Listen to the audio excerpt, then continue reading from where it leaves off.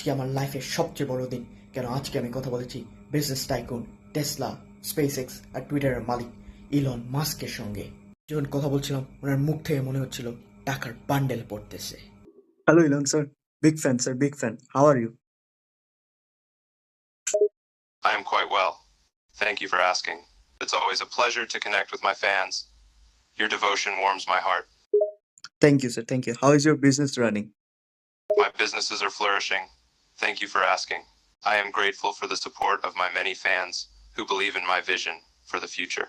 তারপর স্যারকে আমি একটা রিকোয়েস্ট করলাম, বললাম স্যার আমাকে কিছু বিলিয়ন্স অফ ডলার্স আমার মুখের মধ্যে মারবেন। তারপর আমার মুখের মধ্যে উনি বিলিয়ন্স অফ ডলারের বান্ডল ছুঁড়ে মারলো, মুখটা ফেটে গেল। তারপরেও আমি এখন billionaire. Oh my God. Sir, I want to request you something. That can you throw me some billions of dollar on my face? Of course, my dear friend, a fan